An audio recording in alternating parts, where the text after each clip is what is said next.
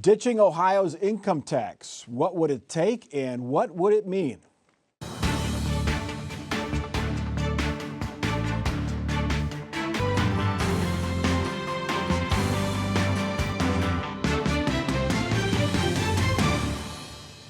Welcome to Columbus on the Record. I'm Mike Thompson. Eliminating a third of the state's tax revenue base is a major platform for top Republicans running for governor.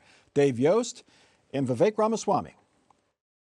We need to bring down the income tax, eventually down to zero, because you deserve to keep what you earn. It is your money, not the government's. It is taxpayers' money that pays for roads, bridges, schools, health care, and those incentives to attract companies like Intel. But supporters say Ohio would attract more jobs if it eliminated the income tax. Opponents say eliminating the income tax mainly benefits upper income residents and would require increases in other taxes like sales taxes, which have a greater impact on those with lower incomes. Gene Krebs, let's put politics aside for a moment. Logistically, how would the state accomplish eliminating the income tax? It would be very painful. It could happen, but something happened 2 days ago that I think I would now encourage everybody to take a very much a go slow approach on this, and that was email I had sent to me from a group of economic development financial folks who specified how their budgets have been sliced by 85%. And these are the folks, these are not the salesmen for economic development projects. These are the folks that put together the financial packages. And where they have the most impact is going to be in the rural and the underserved areas. But here's the real thing that's going to happen. So what this does at the federal level, it dampens down state by state competitiveness when it comes to giving away the store. Now this means that the rich states can replicate these federal programs like Connecticut, Massachusetts, New York, okay? And it's going to be a struggle for us. And then at the same time, we all know what's going to happen, or we think we know. The common knowledge, the common wisdom is that at the federal level, they're going to take all the Great Society welfare programs, put them into a block grant, cut it by half, and send it to the states and say, you take care of it. So basically, there's not going to be enough money to pay for these programs, what you're saying, on the state level. There's going to be huge disruptions that will be politically untenable. So, Jake, this is a third of the state budget. What's the plan to do away with the income tax? Well, I think we haven't heard a plan. I mean, this is a huge, huge chunk of revenue to take away. Most of the state's money goes to incarceration, education, and medication, really through the Medicaid program. I just pulled some numbers. These are from 2023. The state sales tax was about $13.7 billion in revenue versus $11.3 billion in income taxes, $3.6 billion in local sales taxes. So this is like cutting off your leg. How are you going to walk around? And if this isn't paired with a coherent plan of these are the spending, this is the $10 billion in spending we are not going to spend anymore, it sounds like an empty promise to me. Joe, Mike DeWine doesn't want this. He didn't call for an income tax cut even in his budget. Right, he did not. And in fact, he called for sin taxes to fund some things, and he called for other taxes. But here's the thing, look at the income tax right now. There's two brackets, and the highest bracket is what, 3.5, 3.75. So it's not that much, right? In the scheme of things, it's not like we're talking 20 years ago where you had a significant income tax. And if you look at what we don't tax in Ohio, that some of the income tax-free states tax. For example, a car. When you go to register a car in some states, it's thousands of dollars to register a car because you're paying a fee on that. Well, that can offset that income tax very quickly. There are other fees that are in other states, gas and oil, different things that happen. So taking care of that income tax and getting no income tax might make some people happy, but what do you have to do to get there? Would it not attract some people to Ohio, or will prevent some people from leaving Ohio, perhaps at retirement age, to go to a place like Florida, Texas with no income tax? Well, if they could abolish the income tax and make winters warmer and sunnier, they might do that. But look, when Ramaswamy first mentioned this down in Cincinnati a while ago, he didn't have the careful conditions. He said, let's get rid of it. And he also talked about the property tax. Yeah. And he also talked about how wonderful homeschooling was. So some friends of mine thought, oh, here's how he's going to do it. We're going to encourage people to do homeschooling, and then we won't need teachers and we won't need buildings, and therefore, in fact, you can make it work. Dave Yost, I think, has been more responsible from the very beginning, saying, you got to do it gradually. You got to recognize there are trade-offs. You have to. You just can't say you're going to do this. And Ramaswamy, this is. I think he did not help his credibility by the way he first approached it. And now he's backed off. And the clip you showed, he said, "Well, we got eventually." Yeah. Alaska has no income tax, but it's not being inundated by blue-haired widows from Bexley. Also has a lot of oil drilling. Yes, that. Yeah, they have other forms of income. The other thing I have to say, in 1997, let's go back in time, George Victor Voinovich, when governor, proposed a sales tax increase. I was one of the leaders against it because my farm is 3.8 miles from the Indiana line, and I knew. So let's take all of this. Let's say our sales tax goes the same way as Florida. It has no income tax, but sales tax, I think, is 10 or 11%. There would be no restaurants and no stores in Preble County, let me tell you, because you would conduct everything over in Indiana. Wouldn't you have to also force cities to eliminate their income tax? Because, I mean, the Columbus income tax is nearly as high as the middle level of Ohio's income tax, the state income tax. I mean, the way I like to think about this is you look at all these political fights of the day. We want to build the Browns a new stadium. Everyone wants their property taxes in Columbus to be lower. Everyone's getting squeezed by that. The more revenue you are chopping off, the harder every one of those decisions is going to be to make. There will be more scarcity, so more people will be left without. So I come back to this point of until someone explains what we won't spend money on, I don't see how you can just slash this much revenue. Here's a question. Will we ever see a tax increase again? Wow. You might hear chatter about that if we have a depression like the 1930s and we have to totally restructure. But to build upon what Jake brought up, 1930s, we had the tax structure from the 1930s because back then you conducted all your economic activity within 5 miles of where you lived. You don't do that now. And because of that, the state acts as basically a big income redistribution methodology. And if you needed more money, the state would be more likely to say, rather than raising the rates, let's expand the base upon which we collect the sales tax, and let's eliminate some of the income tax exemptions. Okay. Or fees. Or There would yeah. be a lot of fees. Yes, don't raise taxes, but don't raise tuition, increase the fees. Don't raise taxes, increase the fees. Anyway, the state Senate has passed a bill designed to help Ohio adjust to the sharp increase in demand for electricity. New data centers and advanced manufacturing factories require a lot of power. The bill would make it easier to build new power plants. It includes provisions that make it tougher for utilities to increase electric rates and tack on fees to customers' bills. It eliminates those subsidies for those 2 old coal plants that were in the scandalous nuclear bailout law. And it ends direct subsidies to some solar energy projects. Jack Zuckerman, this passed the Senate unanimously, which means it got bipartisan support. What's the magic of this bill that won Democrat support? Yeah, I'd go past just bipartisan support. With the exception of utilities, all the major political players were behind, the manufacturers were behind this. The Consumers Council, who advocates for lower bills for residential customers, were behind this. This coalition that you never see on the same page were on the same page. Now, one thing to consider is this is long-term economic thinking. The idea of this bill is we're going to reset some of the market conditions, and like its sponsors say, we're going to level the playing field a bit, and there's a pretty substantial property tax cut for new generation in the field. So they're hoping that by rejiggering the air we breathe, the base level market conditions, that they're going to spur, they talk about an all the above strategy, but realistically we're talking about natural gas generation, private natural gas generation for these data centers, and the end of those coal bailouts, like you mentioned. I'm former chair of the Ohio Consumers Council, and so I'm probably the 3rd most hated person by the utilities in the state. And I will tell you, when I saw the early drafts of this, I just kind of went, this will never pass. The utilities will do everything in their power to kill it. It passed. I still feel like I'm living on Bizarro. We got everything we wanted. What's the best thing you got? The consumers get? Elimination of the ESPs. What are those? Electric standardization Electric security plan. Security plans. Blech.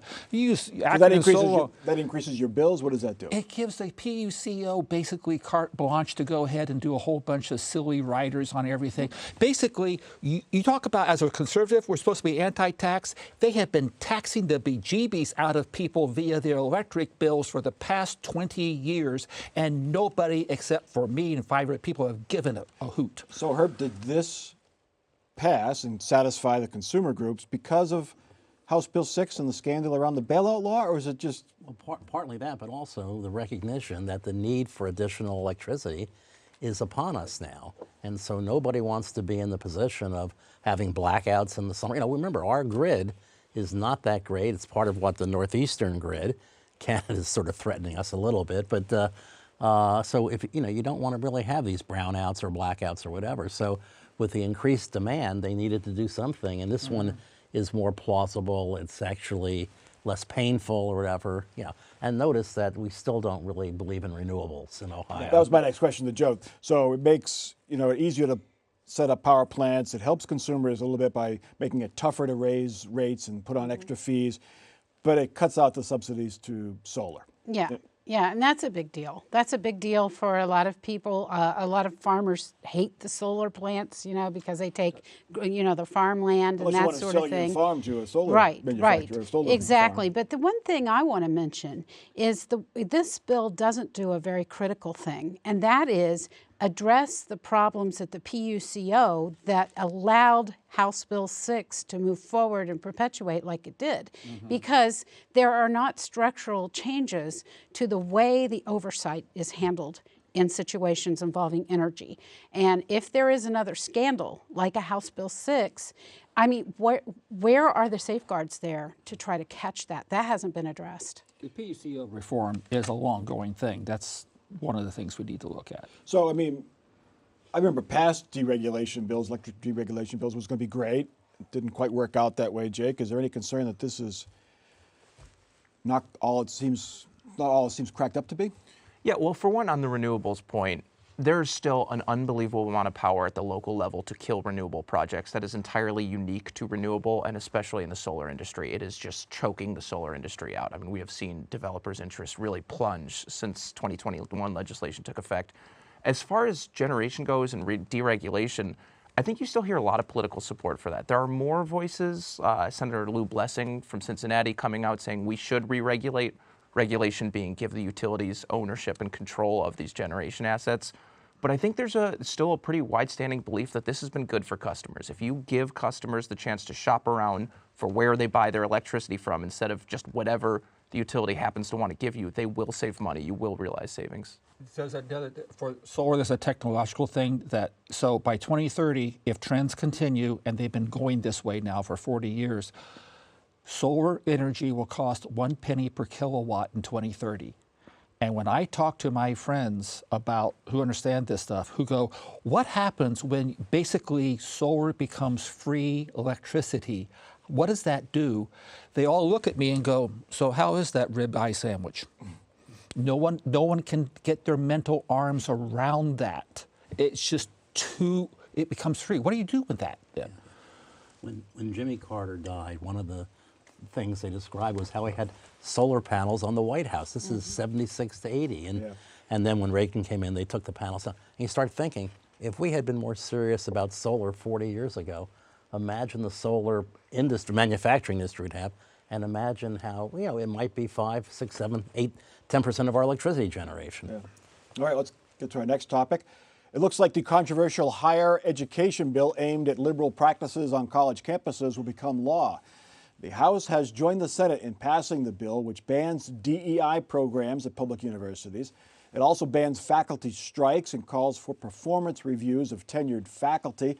It requires a civics course focused on American history and free market capitalism, and it would prohibit universities from taking positions on unspecified controversial topics. And now the Senate must agree to some minor changes the House made before it goes to the governor, but the governor says he would likely sign it. Herb Asher, you're a retired professor, and retired professors are known to be a bit ornery at times, go rogue, don't always conform to the rules. Is this really going to affect how they teach? Well, you did not mention a provision that directly affects faculty members in the classroom. And so there's actually a provision: affirm and declare that faculty and staff shall allow and encourage students to reach their own conclusions about all controversial beliefs or policies, and shall not seek to indoctrinate any social, political, or religious point of view. So many years ago, I'm teaching a course on voting behavior.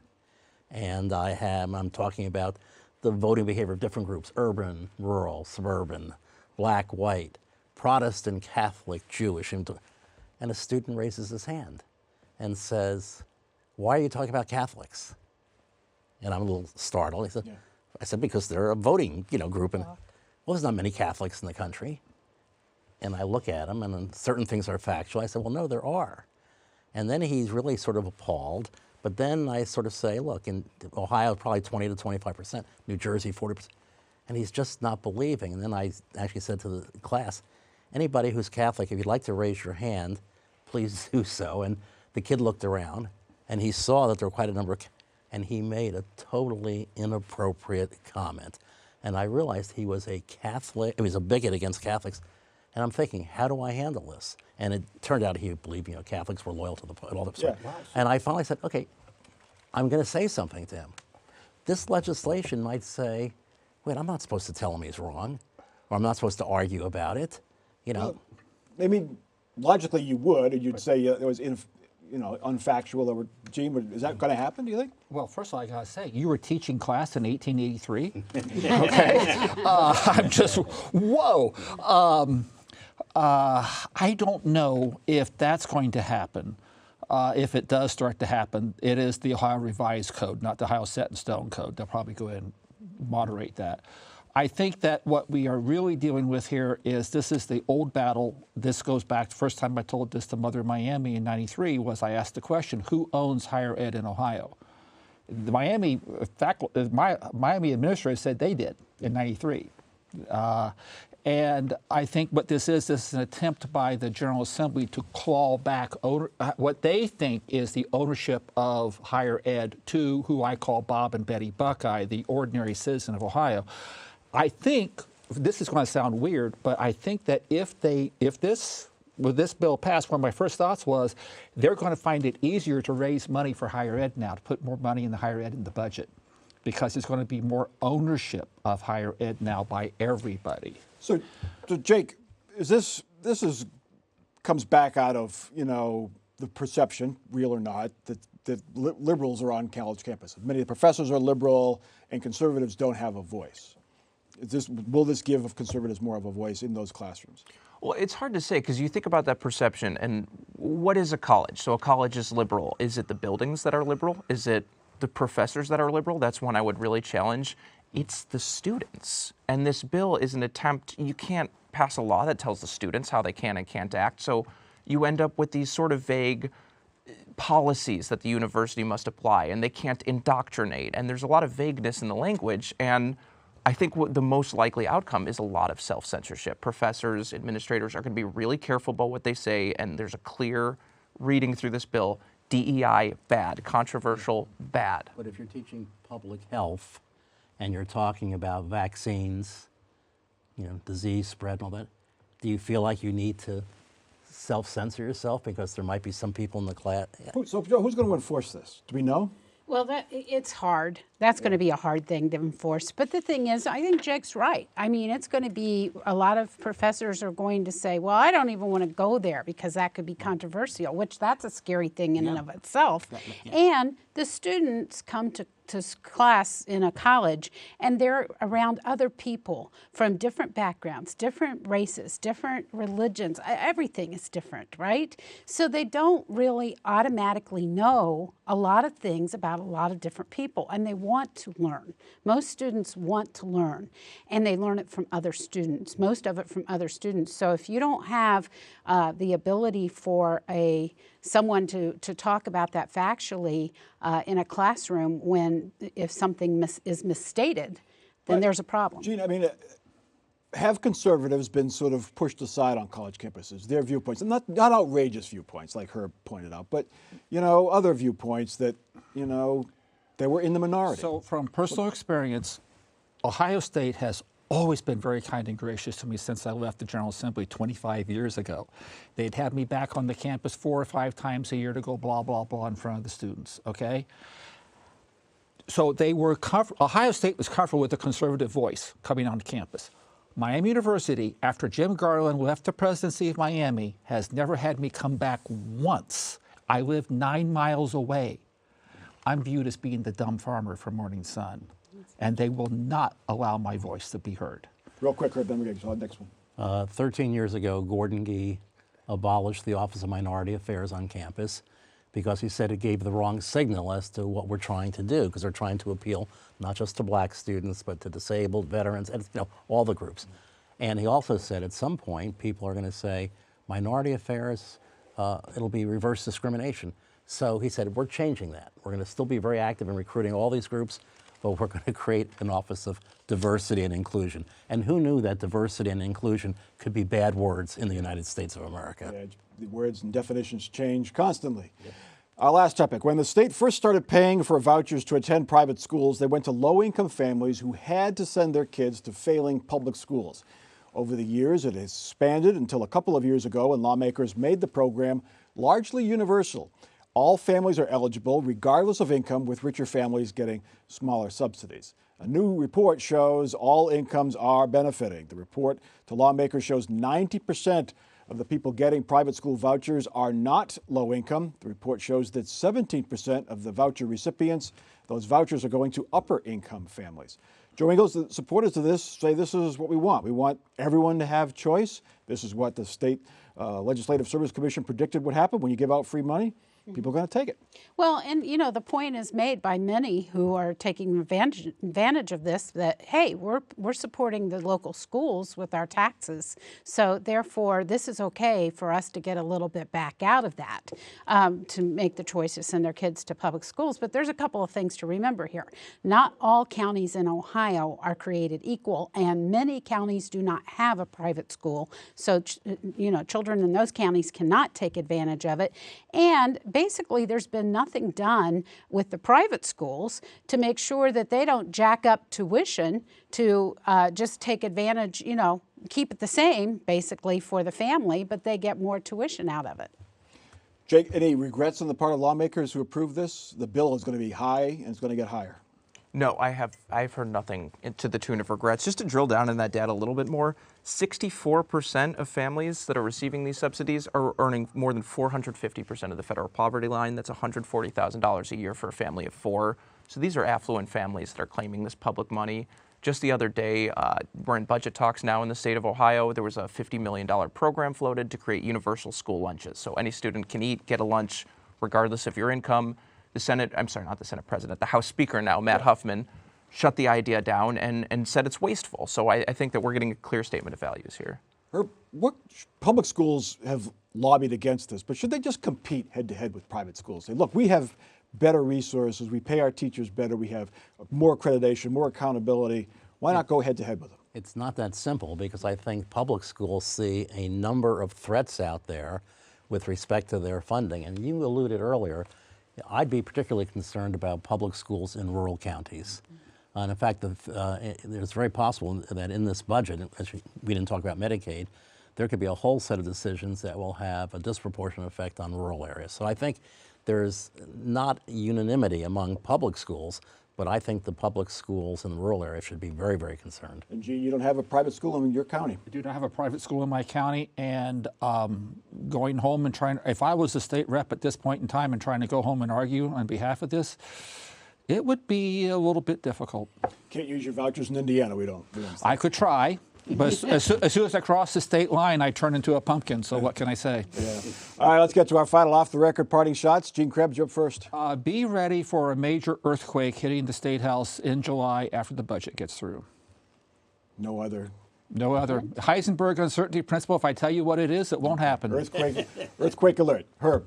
It's March Madness, but I don't know whether we're talking about what's going on in Washington or the basketball tournament. Jake. A lot of bleak news out there. The sun is shining. The bike rack is back on my car. The kids are out at Midway. The Cap City Half Marathon is coming up. Happy spring, everyone. It is. It's nice to hear the birds chirping and the daffodils blooming. Terry Casey sent me pictures of those today. And Joe? I just came from Denver, and we were kind of talking about all the things that happen in the realm of marijuana in Denver versus legal marijuana in Ohio. And there's a lot of money that the state, the entities could be making on marijuana if there was more attention to doing some of the things that are being done in other states. One way to pay for the income tax elimination is to tax those energy companies, those fracking drillers, a little higher. Anyway. We're cutting taxes on those companies in this bill. Anyway, so my final thought really is lots of action in federal court these days. This week featured hearings on whether the Trump administration defied a judge's order to not deport some immigrants to El Salvador. Trump and his allies denounced the judge as a left-wing lunatic and called for his impeachment. Chief Justice John Roberts said that was inappropriate. Well, he should go one step further to show us that judges are fair and reasonable. Roberts, and he can do this, should allow us all to see how they operate by lifting the bans on cameras in federal courts, including the Supreme Court. Yes. That is Columbus on the Record for this week. Continue the conversation on Facebook, and you can watch us anytime on your time at our website, wosu.org/COTR. We're also on YouTube and the PBS video app. For our crew and our panel, I'm Mike Thompson. Have a good week.